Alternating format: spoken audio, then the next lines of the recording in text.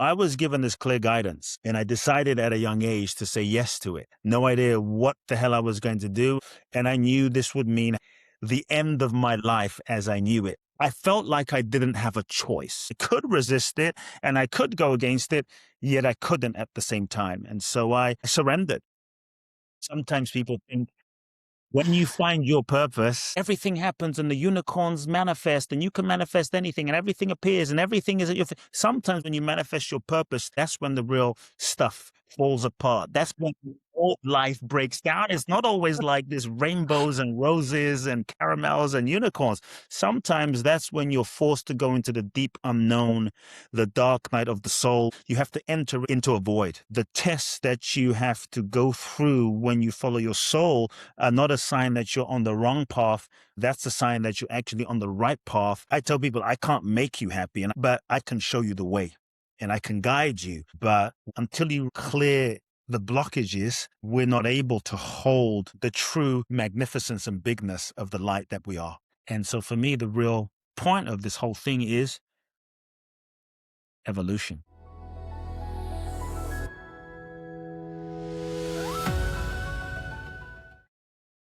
Today on ThriveCast, we're stepping into the real conversation about human evolution with Kute Blackson. Kute is a best-selling author, transformational teacher, and a member of the Transformational Leadership Council, truly one of the voices shaping what I would call the evolution of human consciousness. What I've always respected is that his work isn't just something you listen to, it's something you experience, whether that's through his teachings or the life-changing immersive environments he's created around the world. In this conversation, we go into surrender, into truth, into what it actually takes to follow your soul when it doesn't make sense. This one goes deep. So let's dive in. Kute Blackson, welcome to ThriveCast. Thanks for having me. It's a joy. So it's been a while. We go way back. 2003. It's pretty wild. It kind of feels like we've blinked, and it also feels like we've lived a lifetime. So for those of you tuning in to the ThriveCast, Kute is a friend of mine that I met back in the transformational initiation, I would say, of understanding masculine and feminine energies and really enlightenment intensives and how to come into pure presence. That was really in the pretty early days for me. For you, Kute, that was you were already an old man by sort of your journey standards at that point when you've started at 8 years old. Yeah. So this is something when I dipped back into your world and I saw that you had spoken to 3,000 people at 8 years old. I thought, okay, this is a significant start to your journey. You were ordained as a minister under your father's spiritual organization at 14. And then at 17, you decided to leave your spiritual inheritance, sort of this empire, and to seek your own journey in America. Have I got the beginnings of Yeah. your journey down right? That's the essence for sure. That's the essence, yeah. It's a pretty powerful essence to actually be in a position that you're in, to walk away from sort of that level of inheritance. 1 million followers, 300 churches, have I got that right? 300 churches at the height, a huge church in London. Yes. This is incredible, but what a start for you in your journey.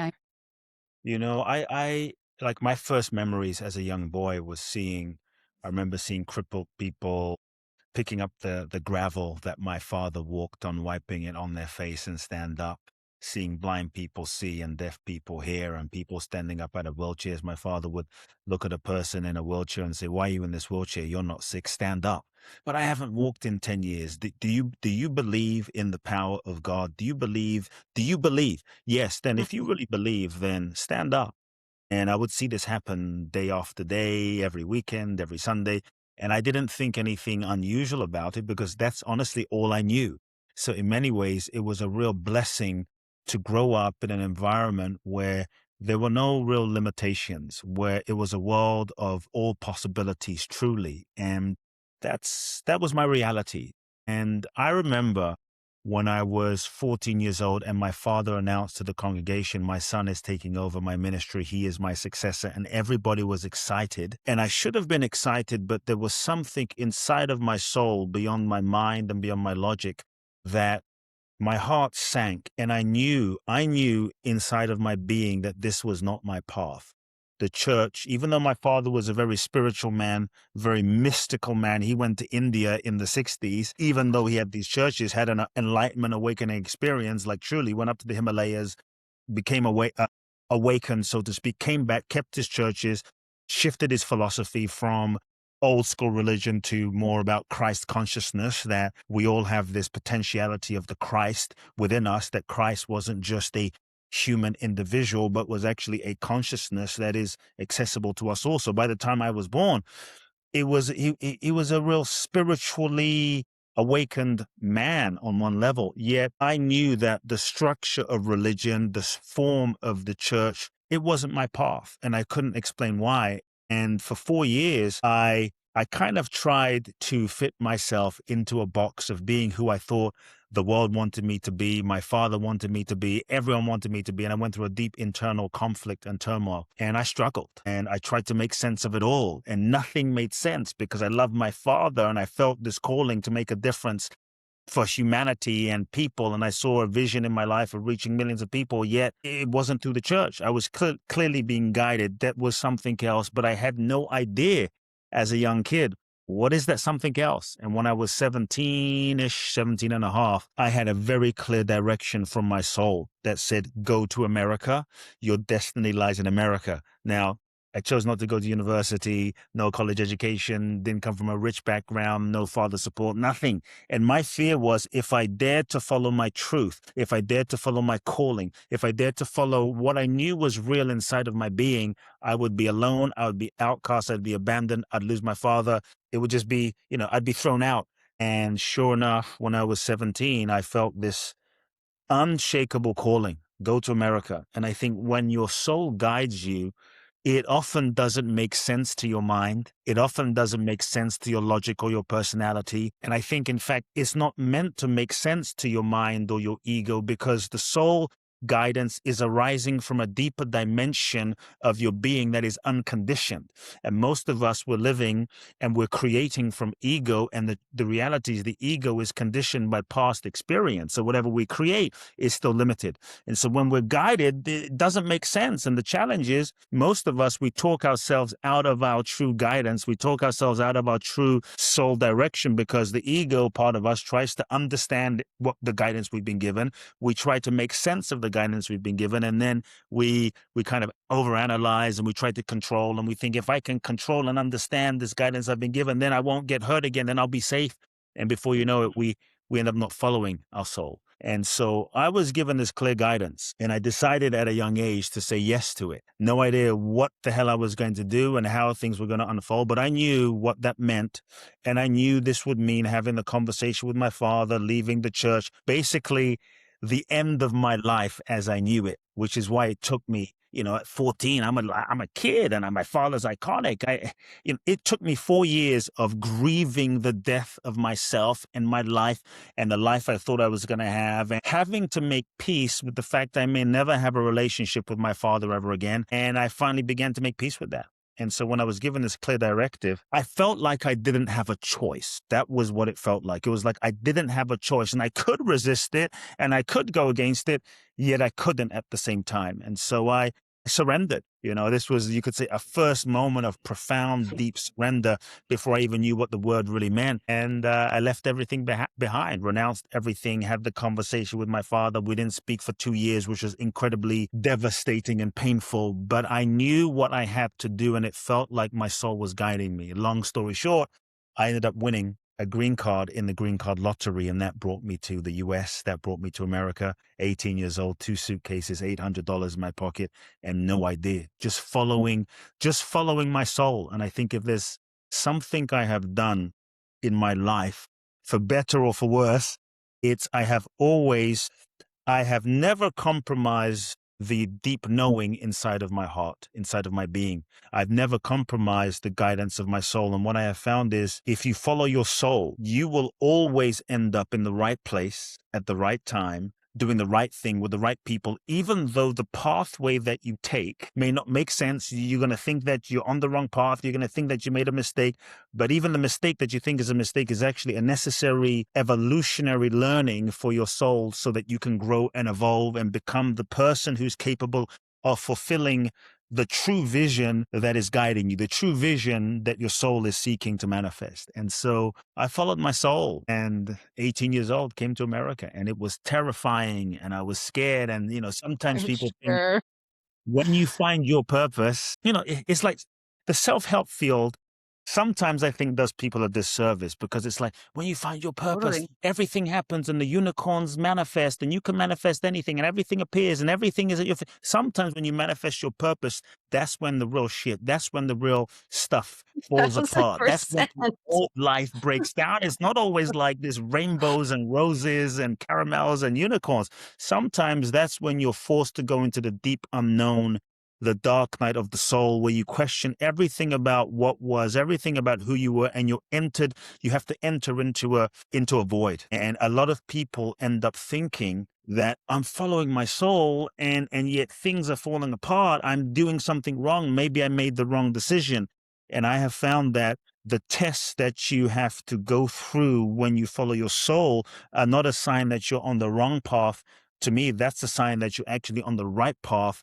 Life is giving you these opportunities. It's like life is a gymnasium, and it's giving you the opportunities to grow your consciousness, to grow your soul muscle, to develop the soul force so that you can be the person who is truly capable of fulfilling the vision that you've been given. And so many times the dreams that we have, I've seen, and the vision that we're given the vision, but now we're forced to go on the journey, an evolutionary journey of becoming the person.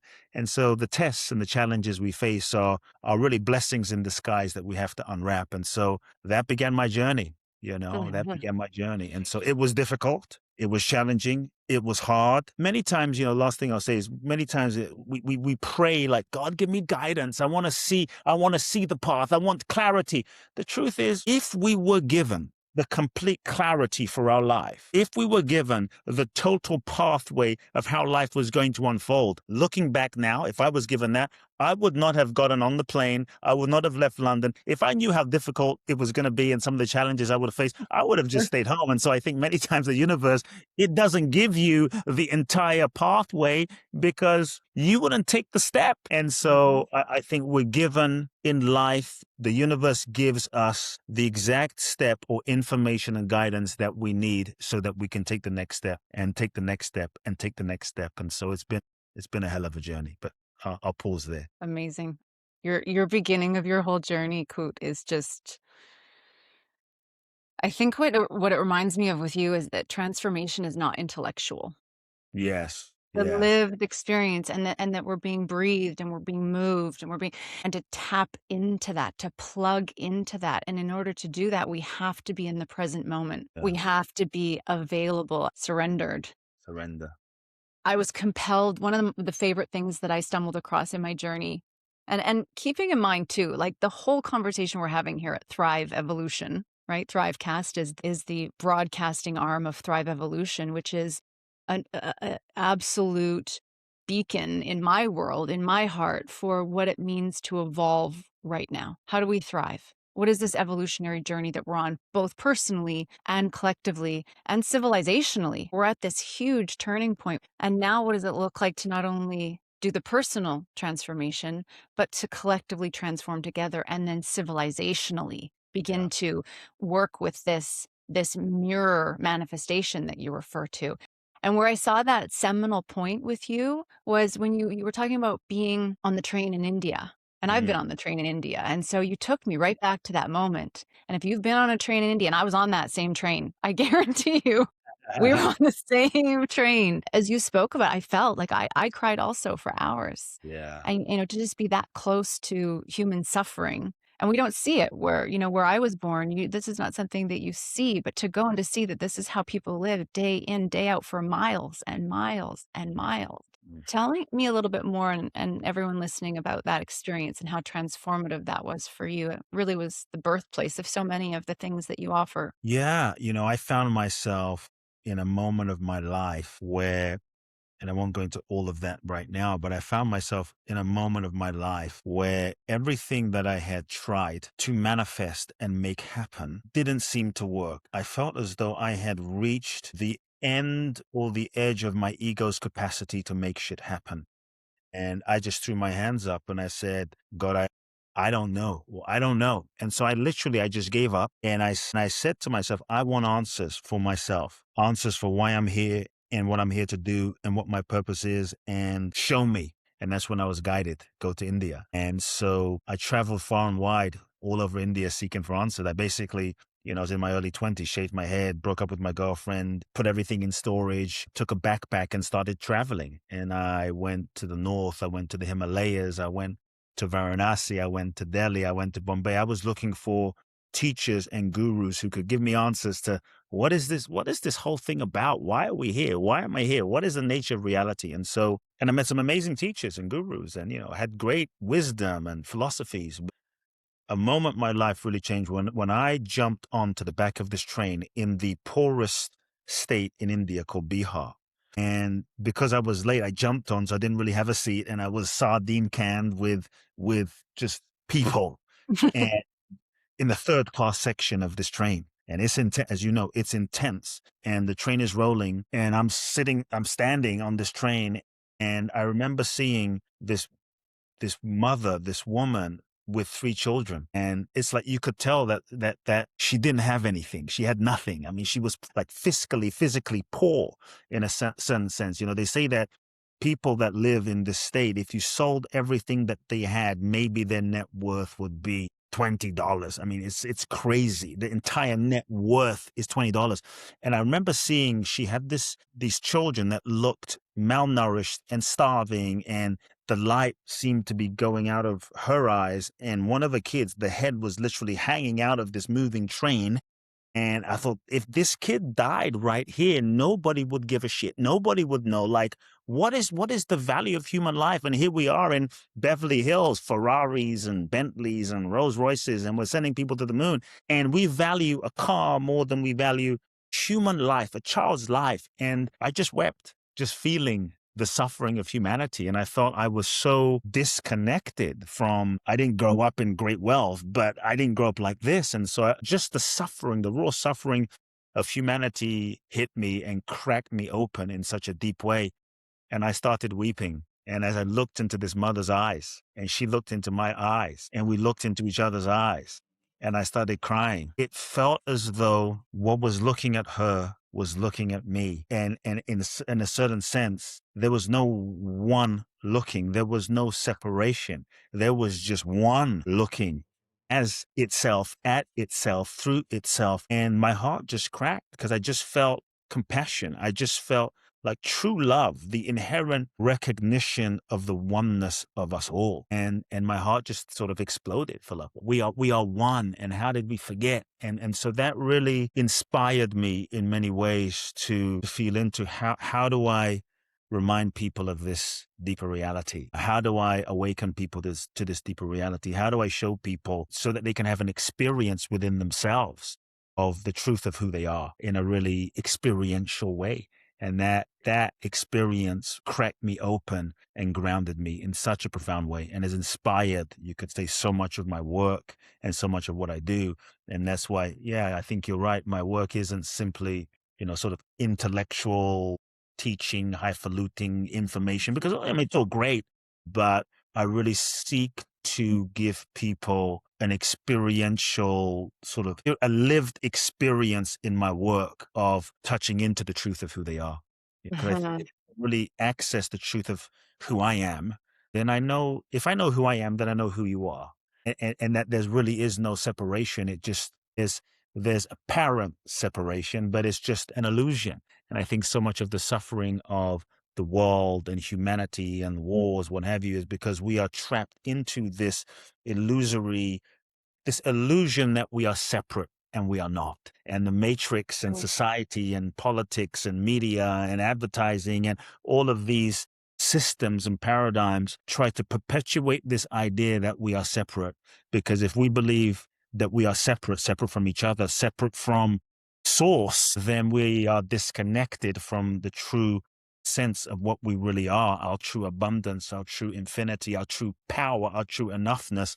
then I think we can be easily controlled and manipulated, and so much of the suffering arises from that. So yeah, that experience changed my life. There's so much I could say. I feel like you and I need to see each other in person and chat to catch up on so many things. I'm not gonna go into what I experienced in India, but I traveled all over India. I lived there for years and went and lived in an ashram. Did the whole thing. Broke up with the boyfriend, shaved the head. It's like if you really are a deep seeker, it sort of has to be done. So Yeah. you went from there on to create liberational one-on-one journeys with your Yeah. clients. You would take them Yeah. to India. Mm-hmm. This is wild. It's I wild. can't even imagine with these Can't people. They imagine. give you their passport, they give you their complete trust, and you're going to these places, Varanasi, you're looking at all these people pilgrimaging there to go and die at the Ganges River. Yeah, I can only imagine the places that you took them. Just to give context, Yeah, I yeah, came back go from ahead. India and I started coaching people, one on one before coaching was a popular thing. This is 25, 20 some years ago. And I started coaching people one on one. And after a few years, it's funny, when I was on the back of the train, I had a vision. And sometimes a vision is a seed that is planted that needs a moment to germinate. And I realized Mm. I needed to become the consciousness that could hold the vision. But the vision I got on the back of the train was, wouldn't it be amazing if leaders and visionaries were on this train? Presidents and prime ministers and people in billionaires and people in Oprah, people in a leadership position who could, through their consciousness shifting and transforming, could impact and transform systems, companies, corporations, paradigms, systems, industries. And I thought, wow, that'd be amazing. And I just kind of forgot about it. And so I started coaching people and transforming lives. And around 2005, 2006, I felt the sort of click, the download, like it's time. It's time for what? It's time for that journey. That journey. Oh, yeah, it's time for that journey. And so the journey was called the Liberation Experience. Started out as a 14-day, ended up 12, but 14-day transformational journey where I take you to India. I take away your passport, take away your money. You have a backpack, one pair of clothes. You have no idea where you're going. You sign your will in case you don't come back. And you write letters to everyone in your life in case you die, by the way, and you That's give me great. full permission to do whatever is necessary to transform you. And so it's like, what does that mean? Okay, This means whatever is necessary. And it's not a tour by any means. Yes, I take people no. to different places that can maybe serve as lubricants or activations for people. But what I do on those journeys is I create a process that is designed to help people become conscious of the deepest sort of internal blocks that are keeping them stuck and helping them free themselves ultimately from their deepest patterns and layers of conditioning. And it's a freedom journey. It's a process of freedom. And so I'm 24/7, like you go to a therapist or a seminar, you go for an hour, you go for a weekend, 24/7, you're stuck with me. And, minus when people sleep, and I'm processing you all the time on trains, on planes, walking in, on the Ganges banks in the middle of fields with cows. And I'm basically using India as the classroom to facilitate transformation. And what I'm doing on those journeys is really exposing your deepest unresolved patterns that prevent you from being the fullest authentic expression of your own essence. Mhm. And it's a wild. I wrote about it in my first book, You Are the One, but that doesn't even honestly cover 5 to 10% of what the journey really is, because it's insane. You wouldn't believe the stuff that occurred on the journey and the I might a transformation. little bit. I might just have be having lived there and traveled there and pilgrimaged there. We did a lot of. I traveled with someone who had an ashram there, and we went Yes. into places that we couldn't go and get into Yeah. unless we were Yeah. with him, and we experienced things that, like Yeah. you, from a young age, if you see things. No one Yes. would believe me if I told them half the stuff I saw. Yeah. And so I don't talk about it because people would be Yeah. like, You can't. and so, but once you've seen these things, you realize that reality is not what we think it is, or Yeah. what the programming is. And when I go back to your early starts, or see, my early starts, you and I actually have a lot of similarities in our start. I had a father who was very much like your father, not in, he didn't own churches, but I think they would have been friends. Dad passed a couple years ago, but he was my best friend, and he took me on so many wild adventures and showed me he lived in India with me for a while, and, he was there with me when I birthed my children at home, and so I had a really special relationship with my dad, and India is such a unique place on so many levels, but to take people there is one thing. To take people who are involved at high level positions, what is the greatest takeaway there for people listening right now? On the surface, it appears that we're different, but the surface, the personality, the bank account, the titles are just labels that we have acquired and collected over time. But those labels are not really who we are.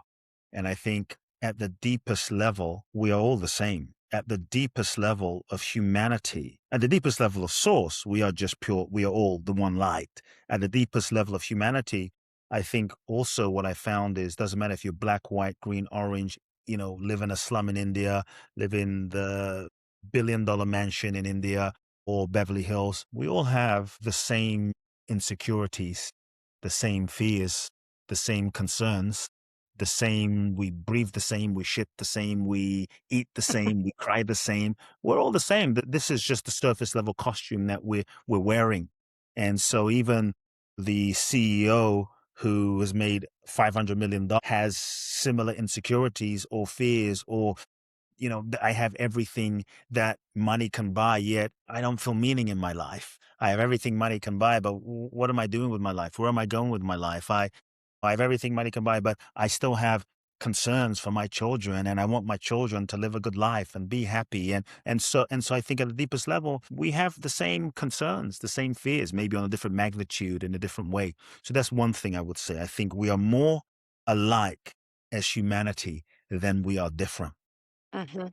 The other thing is, in many ways, we think we're free, oh, I'm free. I'm just free. But the moment I take someone out of their regular environment, the moment I take away your cell phone, the moment I take away your makeup, the moment I take away your shoes, your socks, your car, your CEO title, what have you, and put you in a completely different environment, often that sense of freedom collapses. And so much of our sense of freedom is dependent and conditionally based on external things, on external factors. And for me, real freedom, real true freedom is not conditional.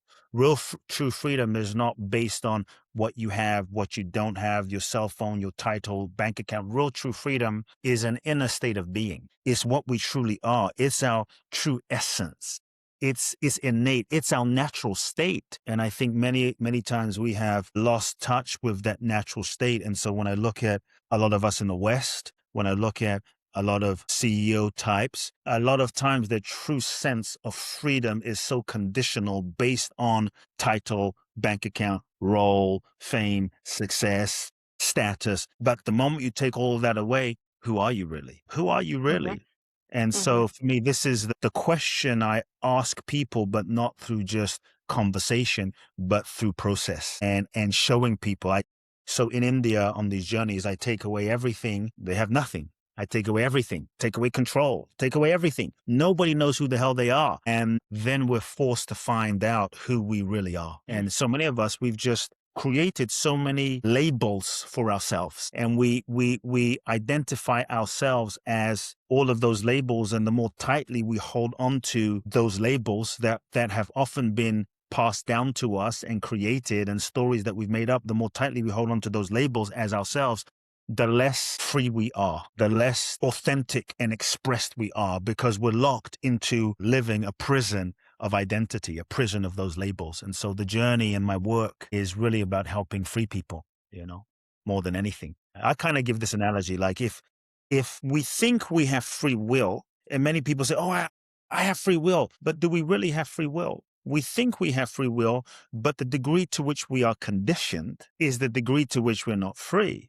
And most of us, we don't realize until we start questioning and traveling and going to events and asking questions. Most of us don't realize that we're living a pre-programmed script that has been passed down to us for lifetimes, from parents, from generations, from our lineage, from our childhood. And so until we start becoming conscious and aware and have the courage to start questioning ourselves, we don't have the free will. We're just repeating the patterns of our own conditioning. If you look at a child is free. free. When they're born and they incarnate into this human existence, there's a light in their eyes. There's a freedom in their essence, in their being. They jump on the table and they sing and they dance. They don't give a shit if they can't sing like Celine Dion or dance like Bruno Mars. Or they're not like, oh, what do I look like? I got some cellulite on my legs. And how do I look? They're just being fully self-expressed and fully free. They're in touch with the light. Life is moving through them. Yet what happened to us? So The true. conditioning process starts. We meet our parents. God bless them. Our parents do the best that they knew how to do based on their parents and their life and generations. And maybe dad was crazy, mom was crazy. Maybe there was some dysfunction there. Every one of us in this human incarnation, we have something to work through, some lessons to work through. And so as children, two things happen. The first thing is we learn, often unconsciously, all sorts of strategies to disconnect, not feel, function, and survive. So we start shutting down parts of ourselves and suppressing emotions, and the unprocessed layers of emotions start building up, and our true light, our true authentic expression, our true essence, our true magnificence often gets a little buried to varying degrees underneath the layers of unprocessed emotion and feeling that we've learned to suppress as a way of survival. And we develop all sorts of survival defense mechanisms to just function and cope, strategies to function and cope. And then we learn a way of being of, who do I need to be in order to fit in? Who do I need to be in order to get mom and dad to love me? For me, I thought I needed to be the perfect son, the good boy, the independent one, the one who took care of everyone. And so we develop a role and a mask and a persona. And before you know it, we're age 4, age 5, age 6, shutting down our feelings, suppressing those feelings, and then contorting ourselves into a shape to become who we think we need to be in order to get love, validation, and approval. And now that gets reinforced over a decade or two. And before you know, now we're finding ourselves living inside of this prison of a personality that's been created. And we think that the version of ourselves that we've become is who we are, but it's not. It's just a conditioned pattern that we've adopted to function, survive, and get love and approval and validation. And so I think we don't realize that we're not free until life stops working, or until we start cycling certain patterns over and over again, or attracting certain dynamics and relationships. And so what worked for us as young children, what worked for us at 15, what worked for us at 20, we start realizing, wait a second, it worked to help me function and navigate that time of my life back then, but it's now inhibiting the full expression of myself, is inhibiting the next level of my evolution. And so I think life is a process of becoming conscious and aware and having the courage to question oneself and question one's identity. And life is a process of, you could say, peeling away the layers so that we can return to who we've always been. We can return to what we always were all along, but just kind of forgot in the process of life. And so that's the essence of what I do. You're a dad now. Yeah, I have a beautiful son. Yeah, He's yeah. 4? Husband, father. What's that? He's 4. My son is almost 3, and he's my 3, guru. He's my true guru. right? And he's my guru. I like all of these gurus from India. I mean, they're amazing, but the real guru for me is my son. I agree. It's he's a reflection of so much of who I am and the work I've done, the work I need to do, because he copies everything I do. I say, oh shit. Right. He's saying, oh shit. I'm like, oh man, I need to be better. So It is a profound journey. I was told I couldn't have kids after, I had 2 near-death experiences, flatlined, crossed over. I spent many years healing, both very unique experiences, both different experiences, one at 19 and one at 26. And so I wasn't expecting to have kids, and that's a whole other story. The experience that came for me when I had my first child, and to look that child in the eyes and what you see and what looks back at you, like you explained on the train, like this illusion of separateness just vanishes when you look at your child for the first time, because they're so close from it. They just came fresh, they're still just so in that source essence. yeah. But you're absolutely right. I mean, I've done a lot of stuff in my life that I think is pretty hard, pretty tough stuff. And parenting is one of the genuine hardest things I've ever done. Parenting is true spiritual practice and path. Because if we talk about spirituality being a path of, shall we say, loosening the grip of your ego and surrendering beyond your own self-ego-ness as a spiritual path, the whole point of yoga and meditation, then I think an ultimate spiritual path is parenting, because it is no longer about you. And it really does require you to transcend your ego and move beyond your ego in so many ways. And so it's humbling, it's profound, it's awakening, it's all of it, it's deep. It's It's a a good yoga. it's a good ass whooping. Yeah, it's so humbling. We're It's so still early days. Just wait, brother. Just wait. It gets spicier. I've got now, well, a couple teenagers. On that note, there's also a lot of surrendering, yeah, because if you don't surrender, you're fucked, yeah, Like you yeah. have to surrender. This is the element that I love in your teachings. It's a deep path to actually get to the point where you can take a deep breath and just unclutch. And it takes such deep trust to do that. This is such a beautiful message that you carry through your work. I just want to quote you here. We are in the midst of the greatest spiritual revolution the world has ever seen. And I thought, after watching, the last thing I watched of yours was your recent YouTube video talking about the darkness on the planet and this evolutionary tension that we're facing. And so I'd like to talk about that and, where humanity's at this evolutionary turn, and how you're putting this into context for people so that they can palate what they're seeing externally. I think I personally am really excited about what is happening on planet Earth, because I feel we're at a point where I see humanity evolving very rapidly and very quickly in a certain way. And when we look at the world, I think it's easy to feel hopeless or go, what's going on? The world is falling apart. But I would say the world is falling apart as we have known it, because there is something more than before that is seeking to emerge as a planet, as a species, as a humanity, And so when we look at the world, to me, the world is simply a reflection, a mirror manifestation of the totality of the consciousness of all humanity combined. The world that we see out here is really a reflection. There really is no world out here. The world out here is a reflection of the total collection of the consciousness of all of our consciousness, psyche, projections out here reflected into the world. And the screen that we see of the world out here is really reflecting our most deeply held beliefs, thoughts, feelings, and emotions. So I think if we want to see what we all believe collectively, just look at the world. The leaders, the presidents, the prime ministers, the leaders, the wars, it's a reflection. And so I think one thing is to point the finger at the world and go, Trump, Biden, this person, that person. But I think all that does is create more of a sense of separation, more of a sense of division.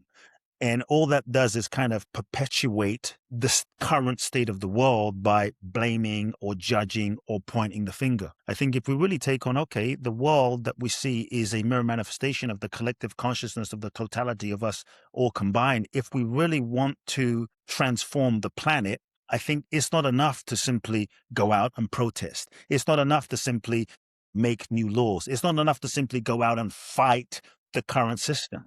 If the world is a mirror, then I think what we can all do is look at ourselves and ask ourselves, what does the world mirror to me about myself? What does the world show me about myself? What does Trump, Biden, whoever, whatever prime minister, Putin, Iran, what does this reflect to me about myself? And I think if we're willing to do that, then we stop the separation of pointing the finger and making that leader, that situation as an other. And then we can integrate that person, that projection back into ourselves and go, wow, how do I lie? Where am I, where do I live out of that? Where do I live out of integrity? Where do I not tell the truth? Where do I hide some shit? Epstein. Yeah, where do I keep things in the dark shadow and secret? And, I don't want people to sort of know some of the stuff I've done, like Epstein files in your own consciousness, in your own self, in your own psyche, in your own shadow. And so when I look at the world right now, and it looks like the world is going to shit, all of the stuff that has been buried deep in the shadow psyche of the consciousness of humanity is the way I see it, it is now coming up to light. Mhm. Racism, division, this, wars, what have you, whatever. It's all of that darkness is coming to light, to the surface for us to see, for us to be aware of, for us to transmute, for us to transform, for us to be able to really, for us to be able to see our own selves mirrored out there so that we can no longer run away from it, no longer deny it, no longer project it. We must own it and heal it within ourselves. Where am I divided in my own consciousness? The division of me and the divine, the division of me versus you, my own internal racism against myself or another. We have to own that. And I think, where am I at war within myself? Where am I dropping bombs of self-hatred in my own consciousness about myself, about my body, about everything about myself? And I think if we're willing to look at that and integrate that, then we can no longer project, but own the projection, come back into oneness, shift our psyche, shift our consciousness, shift our belief system, heal ourselves from inside. And I think when we do that, you might not be able to influence the president or a government. But I think when we do that, we are shifting our energetic vibration. As a result, raising our vibration to a higher state of consciousness.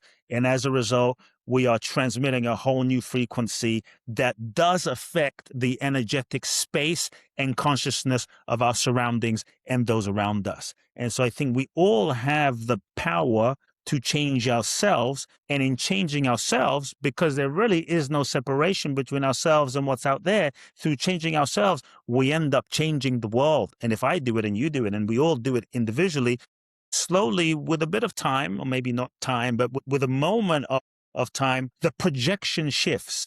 And then, 5 years from now, 3 years from now, 10 years from now, 20 years from now, as we all start waking up more and more and more, the projection shifts, and what we start seeing projected out into the world becomes also a reflection of our most integrated inner state of being. And so I think before any true breakthrough, before any true healing, before any real transformation happens, even on a personal level, often we have to face those parts of ourselves that we have denied, we have avoided, we have run away from, the pain, the hurt, the shame, the guilt, whatever that we've suppressed deep into our psyche. We have to bring it to the surface and own it and feel it and release it and let it go. And so that it can be transmuted and so that it can be forgiven. And so that is the personal process of true, you could say, healing. And so when I look at the world, all of that stuff is coming to the surface right now as a process. We are in a process of the purification of the consciousness of humanity as a whole, and as a result, our own consciousness as well. And so in that sense, I feel as though we're being purified. We're going through a cleansing. It's like if you have a swimming pool, right? And on the surface looks clean, but you haven't cleaned that pool, and there's a bunch of shit at the bottom of the pool for decades. It looks clean. You can swim in it. You can pretend, oh, everything's fine. But the moment you get down to the bottom of the pool, you're like, oh shit, what's all this stuff down here? And if you swim in that pool, it might look okay, but you will get sick. And I think that's what has happened for a long time. And I think right now, all that stuff that has been buried at the bottom of the pool is now coming up, and it looks a bit messy. It looks a bit dirty, but that is a part of the authentic, true cleansing, not just the superficial cosmetic cleanse. And so it's an intense moment. It's a powerful moment. It's an intense moment. It's, I think, more and more, we have to be prepared for more and more and more and more to be exposed, to come up to the surface for us to see. And everything that was buried in secret, everything that has been hidden, everything that has been suppressed and denied must come up and will come up over this next period of time. And that is the quickened evolution that is happening on planet Earth, because we're ready for this moment. And so that's one. Excited when I see what is happening. It looks like, oh shit, the pool is getting dirtier. No, it was always dirty. It was always dirty down there. You just didn't see it. And so just because you didn't see it doesn't mean it wasn't contaminating and affecting us as a humanity. It's like, Johnny, get out of the pool, but you don't want Johnny playing in the pool. This is the thing that's so tricky with this transition, is for those of us that have children, for those of us that no children is probably a better way to put it. Anyone who cares about the next generation, the amount of change is radical. right? Yes. So how we meet that change has to be radical. And this is one of the reasons I wanted to have you on is I don't see you as radical in the sense of when we watch you and you come so much from the heart and you speak so much truth, your radicalness comes across to me when you press people by saying, what are you not being honest about? Yeah. Where are Yeah. you lying to yourself? Yeah. And to actually have that accountability on the personal level, I want to start to shift the conversation to what does this mean now for the systems build?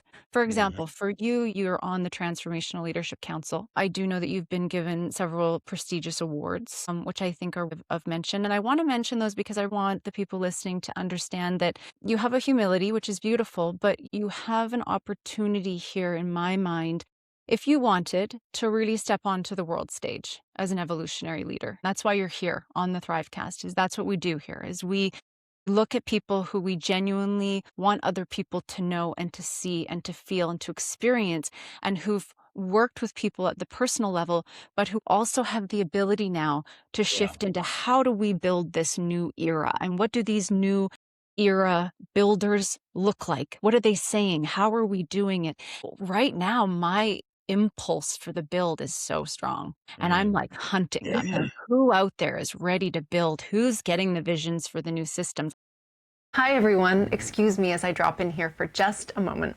At Thrivecast, we believe in the business of change. And in today's world where business has so many different faces, we've decided to help enable transformation by promoting new era entrepreneurs. Thought leaders whose businesses are making a real impact and whose work aligns with the ThrivEvolution principles. Kute Blackson is definitely one of those evolutionary leaders. Check out Boundless Bliss Bali Retreat at the link below. It's one of his last, so don't miss out. Decided to create the Boundless Bliss process, an 11-day transformational, experiential, immersion seminar training for 22 leaders and visionaries from around the world. I'll be using the whole of Bali to assist you in transforming, to assist you in opening to more and more of who you really are. A radical adventure of a lifetime without walls. Bali is the oasis. It was literally like I wasn't transforming in a sense through intensity, I was being melted. So what I found different about Bali is that the energy of Bali is so profoundly feminine that it allows the nervous system to relax and just melts away those fears, melts away those layers, and opens you to who you truly are, opens you to the bliss of your being. This journey, this program is not for everyone. It's really for a select group of visionaries and leaders that are radically committed to serving the world. It's for those that are ready to get in touch with and live their life purpose fully in the world. It's for those that are craving and wanting and just inspired by living adventure. Imagine living a life beyond your wildest dreams. Imagine living a life of passion, of joy, of adventure, of excitement. Imagine living a life where you're seizing every moment. Imagine living a life where you're touching the mystery and the magic of now. What I'm first and foremost radically committed to is serving each person in their transformational process. It's a great responsibility and I don't take that lightly. There is so much available to each and every one of you. I invite you to cross over to the other side. Join me on a journey of boundless bliss. Well, you're one of the best in the ring, I think.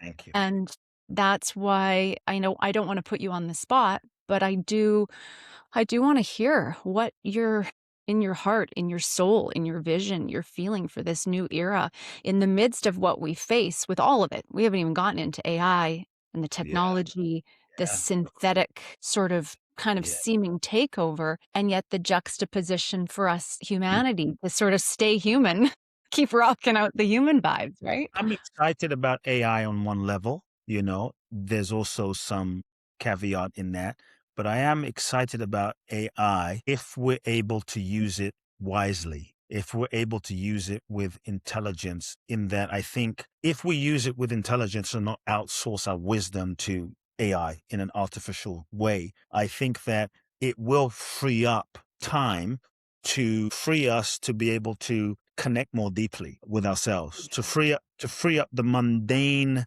ness of tasks and life and job so that we have more spaciousness and time to be able to think rather than being caught up on the hamster wheel of the matrix that doesn't want us to breathe and think and keeps us stuck in a loop, that it can free us up to think, envision, and be more creative and truly direct our energy to purpose and service and impact.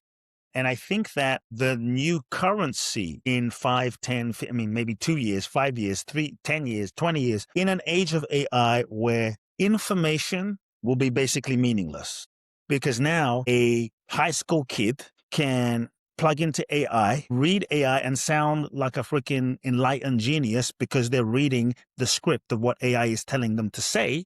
But just talking about something doesn't mean embodying it and being it and transmitting it.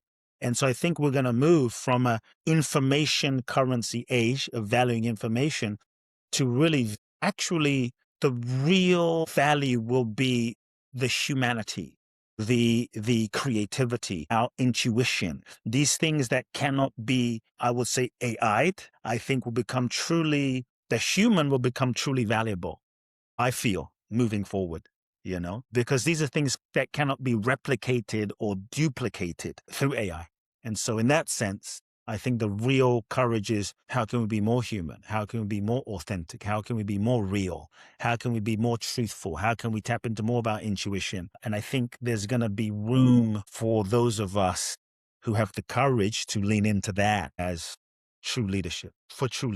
And I think that as parents, one of the I think AI will potentially revolutionize the education system because what is education? Now you just plug your homework into an AI. It's like, for me, what was the point of freaking education anyway? So I think AI is going to make that obsolete, which is going to force us to, if we have the courage again, to reimagine a new way of truly educating our children. Because I think the current education model is broken from the standpoint of we send our kids to a factory to brainwash our children how to basically not think and to indoctrinate them in a certain program way of thinking to prepare them to basically be controlled and conditioned. And so I think the reimagining of a new education system that what would that look like? I'm not sure, but that can preserve the innocence and the freedom of a child's innate state,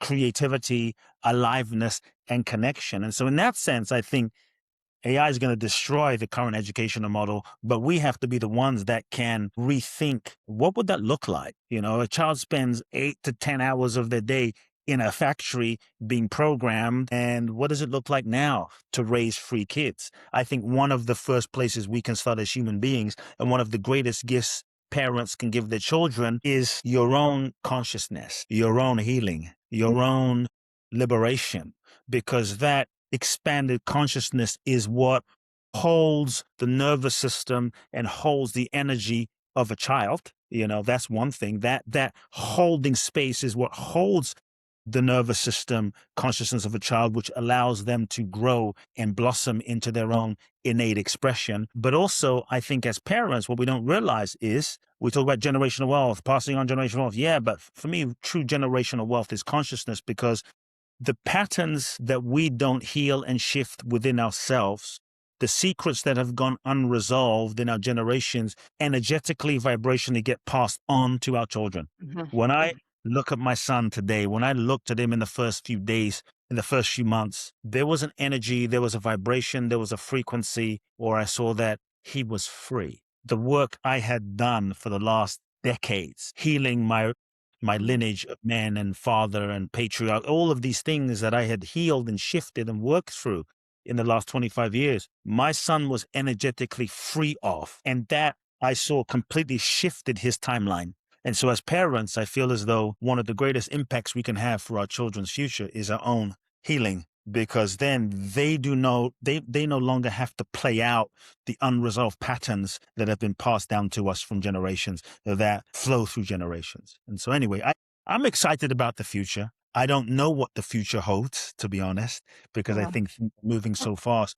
but I'm excited to participate in the co-creation of it. I just got such huge shivers when you were sharing about your son, like huge. My whole body just was like lit right up, like Yeah. incredible what you're saying. It's so Many of us, we living a life that many of us, we're not really living our own life. We're living the energetic karmic momentum of the unresolved life and patterns passed down through generations. There's three pillars that affect a human's life or success. Number one, destiny or karma. We're born into an energetic preset momentum, stream of energy based on past life, based on generations, based on unresolved patterns and everything from our lineage. And now we're born into a momentum stream of energy, and that affects our life in some way, right? That's about maybe, let's say, 33%.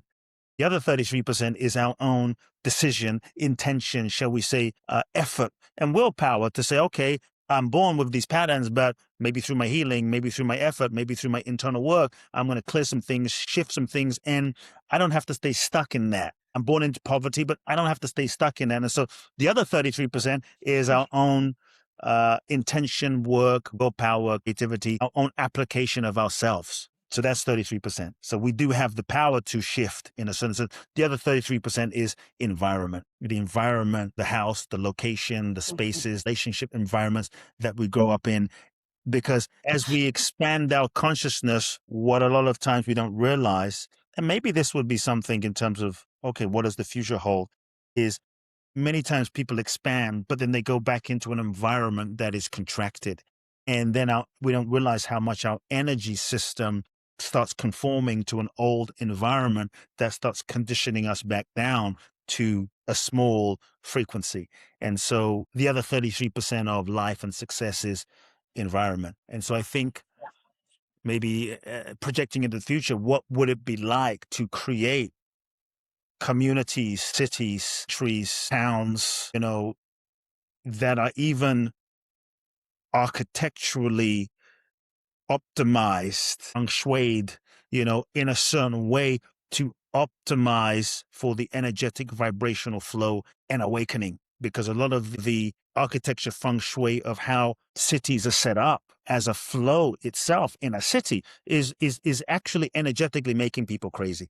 And so I think structuring environments in a way that can hold people, enhance people's chi and energetic expansion and happiness and joy on a structural level, I think will be interesting for the future as a, enlightened city planning, enlightened environmental architecture, because spending time in environments that are conditioning us, you go into a temple in India, like, whoa, I just feel just something opened up. Wow, what happened? The structure is mechanically and architecturally dialed in to expand your energy and consciousness. So, I'm curious in the future, what would it be like to design structures, architecture, cities to keep people awake? Mhm. This is one of our calls with ThrivEvolution is to call in the architects, the builders, the creators, the visionaries, the change makers, the network of transformation of the people who are building the new era. We don't like so much of what we're experiencing externally at the moment. I think you talk to most people, just what you said, the way that our environment has been curated in the majority of places, certainly the Western world or newer places in the Western world. Go to India, you go to Bali, where you're doing your boundless bliss retreats, and it's different. Why we love it. Like it makes sense, right? You go even areas in China you go to, there's the ancient places, the places that are working off of ancient wisdom and ancient knowledge, the old temples and cathedrals, they're just different. If you look at now, the music, the culture, so much, almost everything actually, we've got this really ripe opportunity in this inversion where everything is designed in this realm on this planet at the moment to be the opposite of what empowers us. It's like we've chosen the hardest video game possible. And I've heard you speak to this effect somewhat. Basically, like, don't expect to come into this life and expect it to be easy. That's not this game. That's not the game you chose. Yeah. Right? The way I see it is this dimension that we're living in, this 3D realm of relativity, is is made up of interdependent polaric opposites. That's the nature of life. It's not a utopia. This realm is not a realm of perfection and unlimitedness. This realm, that's not the point of this realm. It's like the point of going to India is not that it looks like Hong Kong. It's India. There's only one India. Now, Hong Kong is Hong Kong. You want Hong Kong, go to Hong Kong. You want India and you Varanasi, go to India. You don't go to Varanasi and go, why does it not look like Hong Kong? It ain't Hong Kong, it's Varanasi. So this realm, I think we as souls, we are infinite beings. We're all manifestations of the divine infinite. And we incarnate into this realm of apparent finiteness or limitation, not to be limited, to in the realm of limitation, to actually, the game is to actually awaken and remember our unlimited nature, our true infinite nature inside of the realm of limitation. If everything was unlimited and it was all unlimited and everything was unlimited, and then what's the point of the game? There's no part of the game. We just float in the transcendental realm wherever we were before and just kind of hang out there. It's kind of like life is a video game of hide and seek. It is consciousness manifesting in this limited form, forgetting itself as you and I, in the form of you and I, so that we can remember itself. We can remember ourselves and who we truly are in this game. And you could say part of awakening is, can you remember who you are inside of this crazy circus show called life that is full of limitation? You can't do this and you can't do that, and governments and lockdowns and bullshit.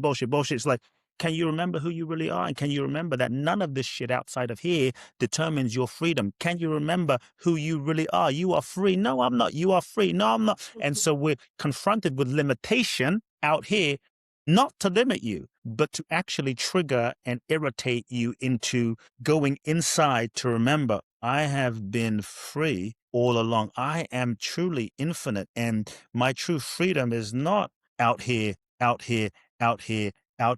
with the government, with this. It's my nature. And I think that's part of the game that we're playing and the game that we're in. And so life is a dance of interdependent polaric opposites. That's the nature of life, plus and minus, yin and yang, up and down, black and white, positive, negative. This is just the nature of this. It's physics. It's the nature of this dimension. And I think there is no perfection, so to speak, in this dimension. There's no matter how much healing you do, your personality will never be perfect. It's not meant to be perfect, and that's perfect. But true dimension of perfection is at the depth of our own being. We were all inherently perfect at the depth of our own beings, why the kingdom of heaven is within you. It doesn't say the kingdom of heaven is in a house, in a Ferrari, in a this. It's within us, and that is what we are. We're all already perfect. And I think when we can truly connect to that, that shifts everything, because then we no longer go out into the world trying to make it perfect, because it's not perfect. It is what it is, and that's perfectly as it is. All of this is kind of a creative art work manifestation out of the imagination of the divine. And when we can connect to the perfection of our being, then we can move into the world, not from againstness, not from something's wrong, something's bad, but from a place of humility of realizing it's all God. All of this is a fucking manifestation of God. And if God is truly infinite and unlimited in its nature, if it's truly unlimited, if God is truly unlimited in its nature, then there's no limits to how the infinite can manifest as you, as me, as Biden, as Trump, as Fauci, as Putin, as Mother Teresa, as Mandela, no. God can only be Ramana Maharishi. Well, that's limited. God can be Putin, Trump, this, that, in this play, this cosmic play that is kind of like consciousness manifesting into a multiplicity of form, playing itself as me, you, and all forms. And I think when we die or we wake up while alive, the veil drops, the mask drops, and that's when we realize, oh, this is a game, and there's only one of us really here, and there's only one of us playing all of us, even though it seemed like there was separation and opposition. And so I think you look at children, you have 4, I have 1. I'm a beginner in the process. Kids love to play. My son, just everything is a game. Totally. And have you ever thought, why is it that kids love to play so much? It's like, man, my son is teaching me that everything is a play. All the shit I take seriously is just a play. And why is it that kids innately, you don't have to teach a kid, but innately, no matter what the culture, kids love playing hide and seek, the hide and seek. And so there's an innate knowing of we're playing hide and seek with ourselves. And so I think life is a beautiful game, not because it's perfect, not because you get everything you want, not because it's all roses, but life is a beautiful game because all of it exists. The vanilla, the chocolate, the ice cream, the cookies and cream, everything. And that's, I think, the beauty of life. Life is beautiful. And I think when we drop this human costume and this body, as challenging as it is, as tough as it is, I think most of us will be like, I want to go back. I want to Totally. there. I want to go back. Fine. Only if I knew the ride was, I want to go back. So why not remember that? Why not sort of remember that while we're in it, even though it's challenging and it's difficult and it's the movie and nobody said it was going to be easy. no one said it was going to be easy. But if it was easy, it would be boring. Imagine you're playing sports, right? And like every freaking play, slam dunk, slam dunk, slam dunk, slam dunk, slam dunk. It's like Roger Federer playing tennis against me. He would win every damn time and he'd be bored as hell. It's like, what's the point of that? The best game is when Federer's playing Nadal, or Djokovic, and it's like bam, bam, bam, 3-2, 3-3, 3-4, 5-6. He's gonna lose. I'm gonna win. I'm gonna lose. I'm gonna lose. And finally, it's like, oh, what a game! But how boring it would be if, like, every time you manifested again, every time you got exactly the thing you thought you wanted. Another again. It's like that's not for me. The point of the game is we incarnate into this human realm to ultimately remember who we really are. And to me, life is a school, an evolutionary school, and everything and everyone is serving your evolution. Everything and everyone is your teacher, your parents, your children, your ex, your husband, your wife, everything and your boss. Everyone is really part of your classroom. And we often forget because we tend to look at life one-dimensionally. It's like, we look at life on the goal line. What happened? What didn't happen? And we just judge success by, I achieved it. I got married. I stayed married. I made $1 million. I lost $1 million. This happened. That happened. And we look at life on the goal line level, but we forget that there's a multidimensional underlying layer of life that is the soul line.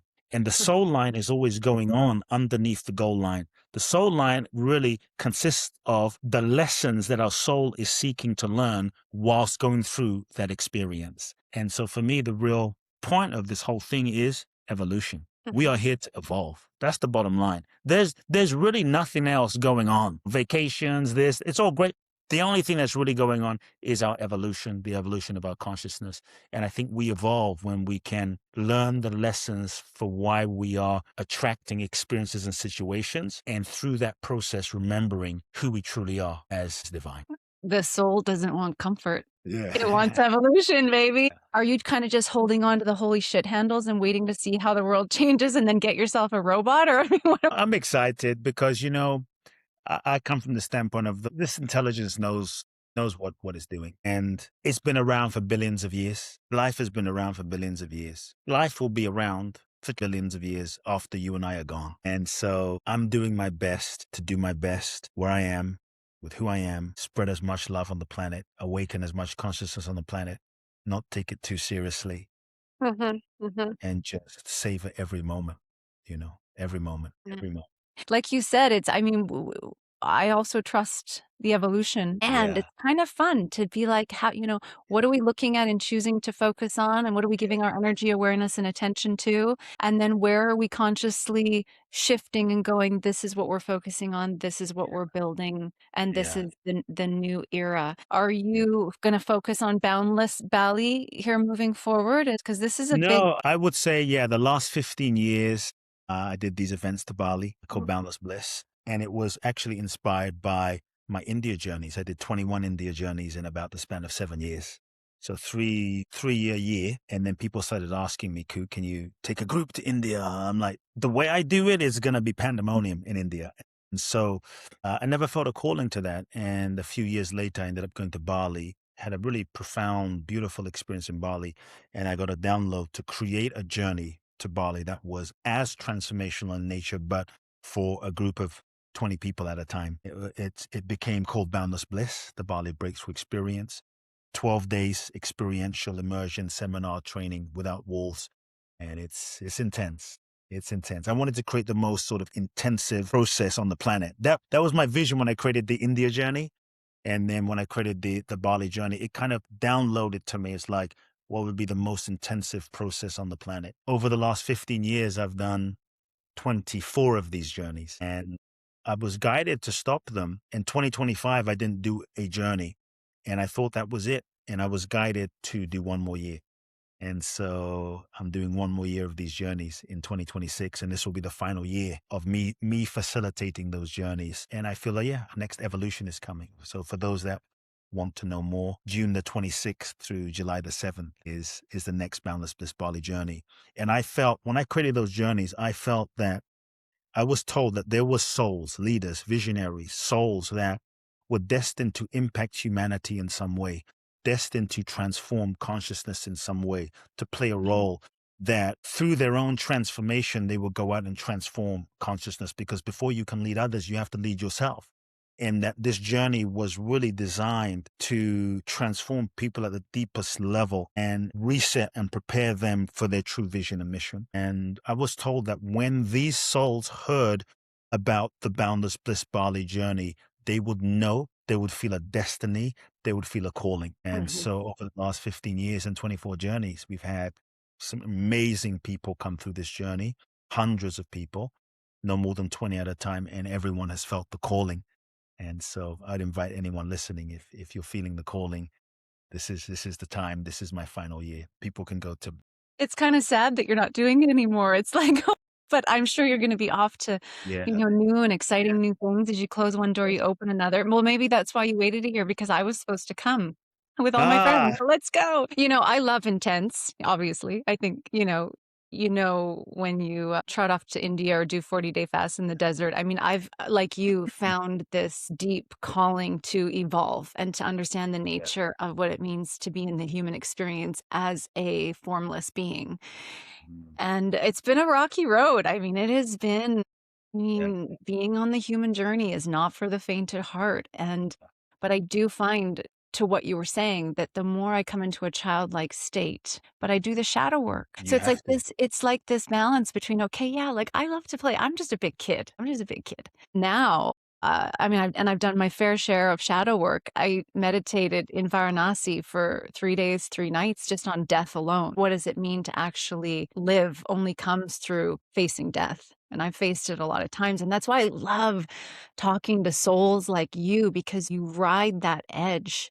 And this is how you can help people with transformation so deeply, as your commitment runs so deep to them awakening to who they really are and the power that they are, despite everything thrown at us to have us forget how powerful we are. And only because you've walked that journey and you've felt that pain and you've had that suffering and you constantly transmute it. Even back in the day when I met you, just constantly alchemizing, constantly transmuting, and taking in what we're seeing from the outer world and then going, okay, that's not the reality though. That's actually not real. The only thing that's real is what's going on in our inner verse. And it's such a concept that's difficult to understand in a conversation like this, which is why I would urge anyone who is feeling the call, as Kute said, to actually do the transformational travel. Because I would have to say that the number one thing that has taken those concepts, those nebulous concepts, and anchored them into my being is only to go and have it at the experiential level. And with AI and online, this events in person are absolutely going to be more important than ever, is for humans to come together, to have that contact and to transform over a period of time at the deepest level, so that there's a point of no return, right? You go away for a seminar weekend, you have a great experience, but then it doesn't last. Yeah. Right? Yeah. It's not. I think a lot of folks we're looking for a kind of a surface level quick fix these days. And the truth is, or we're looking for someone to do it for us. And the truth is, there's no shortcut.